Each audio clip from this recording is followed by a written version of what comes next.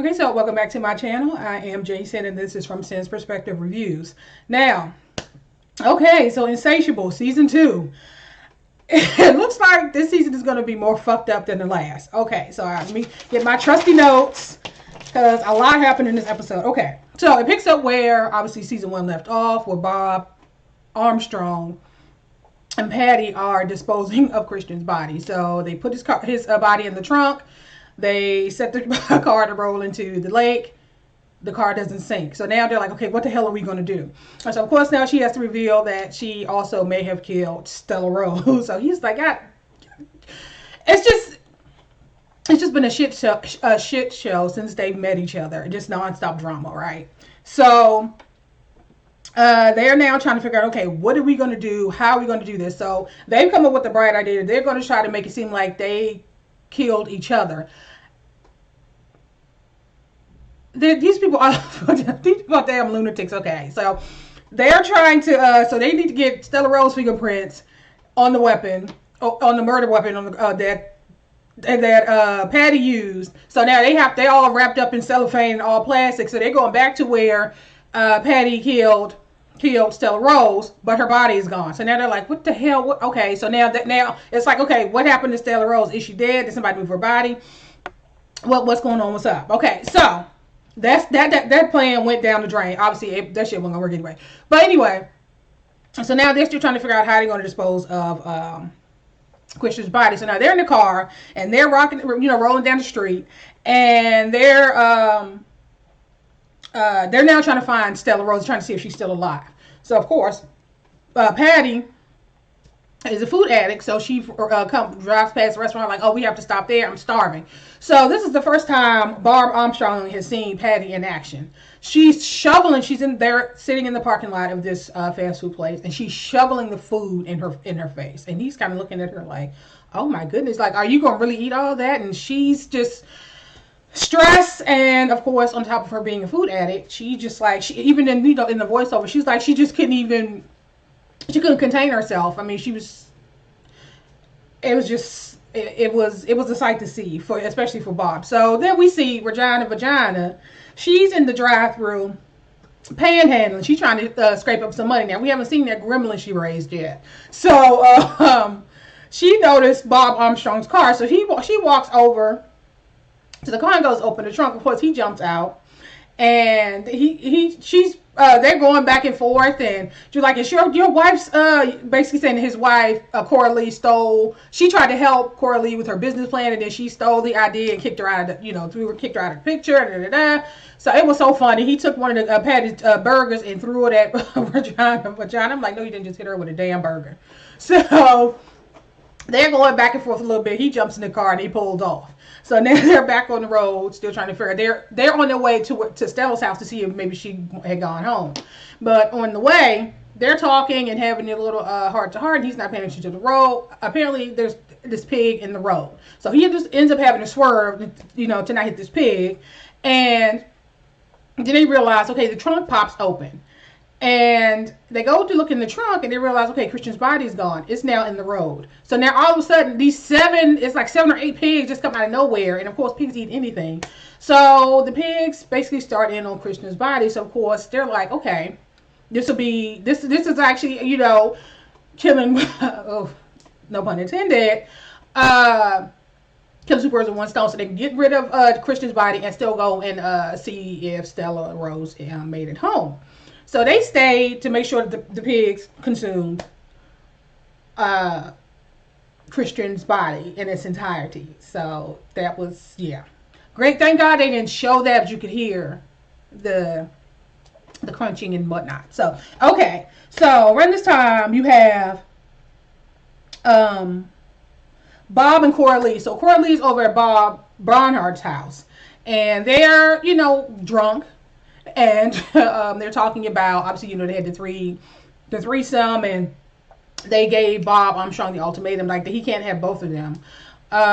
So they're now drunk, and Bob Barnard is very like, I'm sorry, I didn't mean for this to happen. And she was like, oh, it's, she's very understanding. And then he said, I'm sorry that I made you feel like a whore. And then she kind of looked like, well, who said I felt like a whore?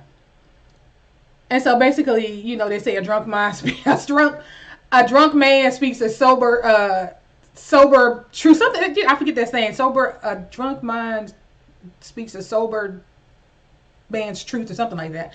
So she kind of looked at him like, this motherfucker think I'm a whore. And he just kind of like realized his mistake, and he was like, oh Lord, did I just make things worse? She was like, oh no, that was still being understanding Coralee. So, so they have their little, so then they almost have their little round two. And then he's like, well, I can't do that anymore. I'm gay. And she was like, well, you weren't gay the other night. He said, well, that was different. Bob was here. And so she was like, showed her cleavage.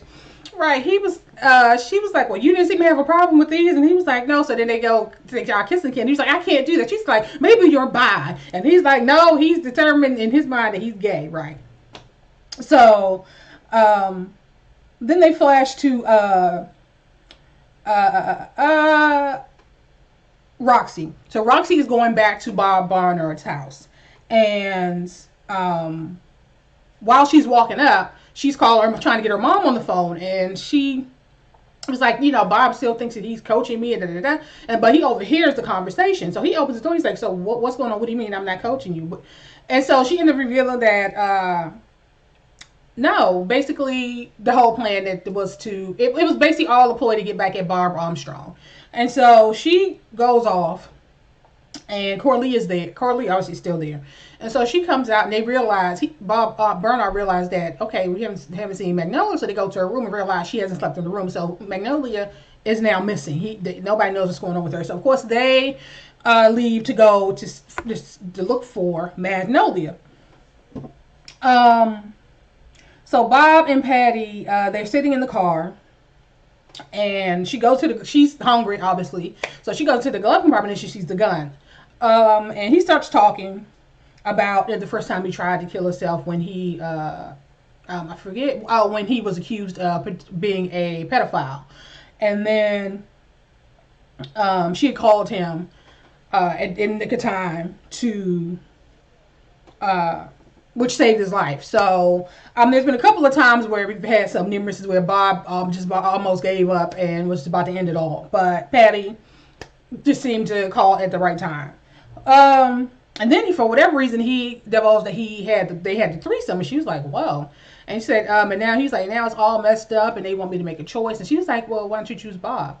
And he was like, well, why would I do that? And she's like, well, because he saw you for who you were a long time ago, because obviously in season 1 it was revealed that while Bob Armstrong always felt like Bob Barnard was competing against him and hated him, and that was his arch rival, Bob Barnard revealed that he had always been in love with Bob Armstrong, and he basically he just couldn't say it. He couldn't admit it. So he was just doing little things like people very childish, but he was doing little things to get under Bob's skin, but it was always to be closer to him, just to have some contact with him. Basically, that was just the gist of it. And so Patty was like, well, he saw you for who you really were a long time ago, the same way that you saw me. And so, he thought about it for a while, but so they had Bob and Barnard and Coralee decides, okay, they start talking, and he realized, okay, maybe I pushed it too hard, because Magnolia wanted to go to the regionals, and he didn't want her to, because he thought it would make her relapse and get back into drugs and alcohol and all that. And so he started thinking, okay, well, maybe me telling her she couldn't do that, it upset her and pushed her over the edge. And so he remembered that Christian was Magnolia's dealer. So now they're trying to get in contact with Christian. So next thing you know, while Bob and Patty are in the car talking, they hear a phone ringing. They was like, well, it's not mine. So they go to the trunk. It's Christian's phone. And of course, it's Bob trying to call Christian from Magnolia's phone. And of course, he didn't answer. And so Patty has the bright idea that she's going to hold on to Christian's phone so she can send a text or whatever every once in a while, because Christian does have a history of running away. So she's like, well, nobody would know the difference, except if they trace the phone, it's going to be pinging off towers in the city. Like, they're just crazy. Okay, so they are just trying to, they basically winging it. Obviously, none of the shit was planned, so they're winging it. So that was a terrible idea. So, but she decided to hang on to the phone. He said, okay, that's the great, but I think that's a bad idea. But he couldn't, it was like, you need to go to rehearsal. Because she has to go to read. And she was like, you still want me to do that? He was like, well, yeah, because if you don't show up, it's going to look weird. It's going to look awkward. So you have to go. And he's going to go to back to Bob Barnard's. So while this is going on, so it's the next day, you have Naomi, D, her girlfriend, and Brick. They're sitting at the Wiener House, something. I don't forget the name of the damn restaurant. But they're sitting and talking, and D, she does not like Patty at all. And obviously we see that Patty is just fucked up, and drama follows her, and trouble follows her wherever she goes. So D is not wrong in her basic assessment, but Nonnie and Brick has known her longer, and she did make some comment about Patty, and Brick was like, well, she's the most wonderful person I've ever met. And so D was like, wait a minute, is everybody in love with Patty? And he was like, well, who else? And Nonnie said something, and D said, well, you were in love with her for, Nonnie admitted that she at one point in time was, no, Nonnie said you were in love with her. Nonnie was like, I was in love with her. And Brick was like, wait a minute, you're gay? And so D and Nonnie look at each other. And Nonnie was like, D is my girlfriend. We're a couple. He was like, oh, okay, so now Brick, Brick knows now that Nonnie is gay. Obviously, he had no clue. And so, he's now trying to figure out what he can do to woo Patty. So he arrives back at Bob Barnard's house. Of course, they're not there. They had left to go and look for, Magnolia.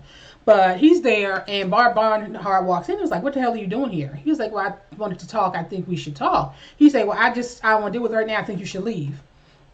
And so Bob goes into, I know what I want now. I want to be with you. I'm ready to give up on my old, leave my old life. And He was basically trying to tell him it's not a good time. You need to leave. But it was too late. Coralee was still there. He didn't see her. She was behind him. And so now she knows how he really feels. He want to be with Bob Barnard. And so Coralee was basically like, okay, you'll be hearing from my attorney. And he tried to smooth it over. She was like, well, no, I'm never going to settle for being second best.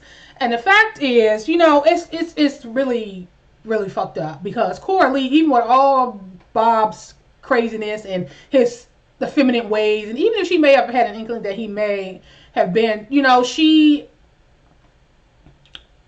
don't know, I just think, I just feel like, I don't know, they haven't, Bob Barnard, this whole Bob Barnard and Armstrong storyline hasn't been together, but I have a feeling that he's a better person with Coralee, and not because she's a woman, their relationship, I just like their dynamic in their relationship. Now, I don't dislike Bob Barnard, but I just like, I don't know, it's hard to explain, but I should probably reserve that to see how this whole thing play out with Barnard and Armstrong, but at this point, I did like how Bob Armstrong and Coralee, the life that they had and the relationship that they had. Because while you could say that Bob Barnard kind of saw who Bob Armstrong was from the beginning, Coralee loved him for who he was. So the same argument can be made. So I don't know. But anywho, but she was obviously hurt. And she had spent, how many years, but they've had 2 children. One is in the military, the other's in the military, which we haven't seen yet. And then, of course, Brick, he's a senior in high school, so we can assume they've been together for about over 20 years. So that's half your life. And so now she's hurt. And in the end, Bob Barnard basically asked him to leave. And he did. Bob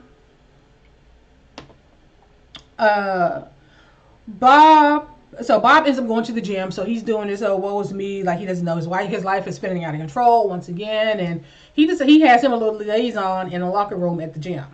Okay. Of course, that doesn't make your problems go away. You may have a temporary distraction. It's a distraction, but it is not a problem solver. It's never been, it never will be. So he's still going over his mind, like, what are they going to do? So Dee, Polly, and Brick, they're sitting in the car, and Patty is a big Drew Barrymore fan, and Drew Barrymore had this book that was coming out, and they were supposed to go to the book signing together.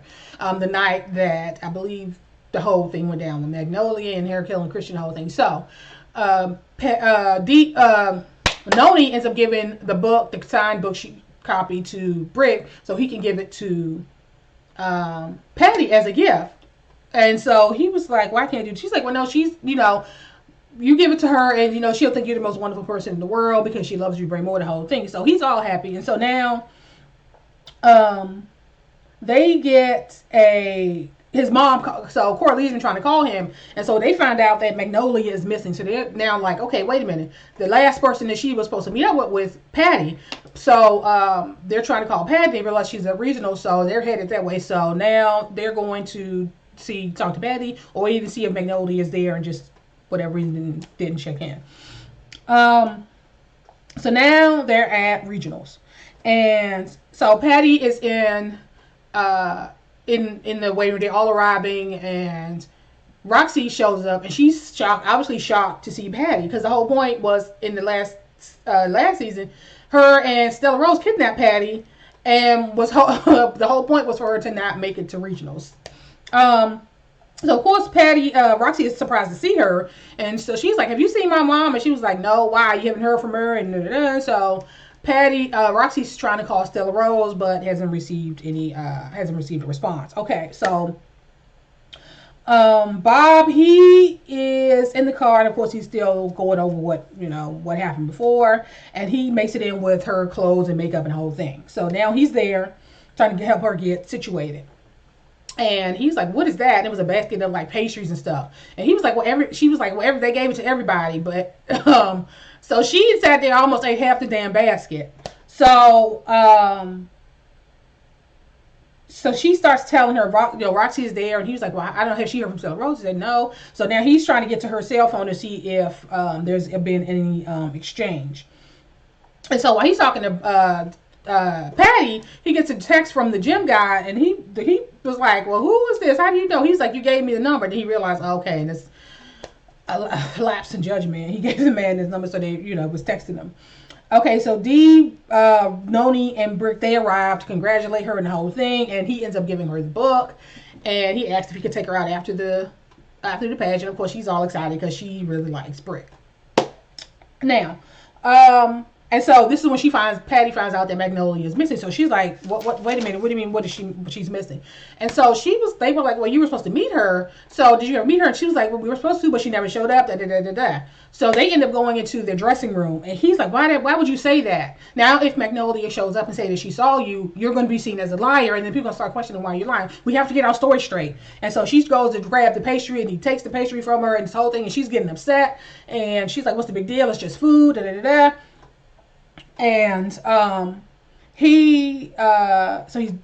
helping her get herself together, but you can see that something, her and this food thing, is more than what it is.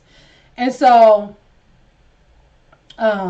so she gets ready. They get the call in 2 minutes, whatever. She has to get on stage for the opening number. So of course, to do the whole dance routine. But all Patty can think about is getting backstage so she can eat them pastries. So she get back into the dressing room, and he's like he took the basket from her, and he's trying to get her makeup together. She was basically talking about the food, and that's when he realized that she was a full-blown food addict. She's addicted to foods, because he was telling her, like, he had a weight problem in school, but he was under control his portions. He started working out, and she, basically based on her conversation, he was like, "Are you saying that you can't stop?" And of course, she convinced herself, like most addicts do, that no, I can stop anytime I want. It's not a big deal. So she took the basket, put it in the trash, and she put like hand soap on it. Like, it's fine. I'm fine. And so she shoved him on out the room, and so she can finish getting herself together. Okay, so now it's time for the questions, I believe. So they're asking the question in the pageant, and they go through that whole process. So it's now down to Patty and Roxy. So, but before she went on stage, you can see that she was feeling kind of sick, and I was like, she's just the stress or whatever. You think, you noticed a part of it, but the stress and all that. So now it's down to Patty and Roxy, and so now Patty is first runner up. So she didn't win the crown. Roxy won. So she runs off stage, and Brick, and so Patty, so she runs off stage, And you see Bob and Coralee, they show up because for whatever reason they didn't think to check the pageant, so they went to see if Magnolia was there. So they're running around showing everybody Magnolia's picture, and people was like, no, we haven't seen her. So Patty eventually, she's coming out. You can see she's been crying, and Brick, you know, was basically trying to console like it's all good. You did great, and I still want to take you out. And so you can see she's upset. And so then Armstrong walks up, and he can see that she's upset. And so he asked Brick if he could talk to her for a while, and he thought that she was really upset over losing, which she was, but she was like, I threw up. And she admitted that she ate the pastries with the soap on it. And so she's now coming to the realization that she has a problem. She has a problem. And so he, just there trying to console her, like, oh my, like, we're going to work this out. Don't worry about it. I'm here, I'm here for you. I think she made a mention her mom leaving. He was like, but I'm here, and it's, it's going to be fine. And next thing you know, you hear this loud scream. So everybody is standing around and running to the back, and it's like, okay, what the hell is going on? So it seemed like it took the camera forever to show what people were actually seeing. You saw Roxy dead as fuck. She was laying back in the chair with her head back, with somebody had stuck the flowers down her throat. I mean, it was just gruesome. It was terrible. It was awesome, kind of terrible. So Roxy is dead as fuck. And of course, Patty being the runner-up means that she's now Miss whatever that pageant was.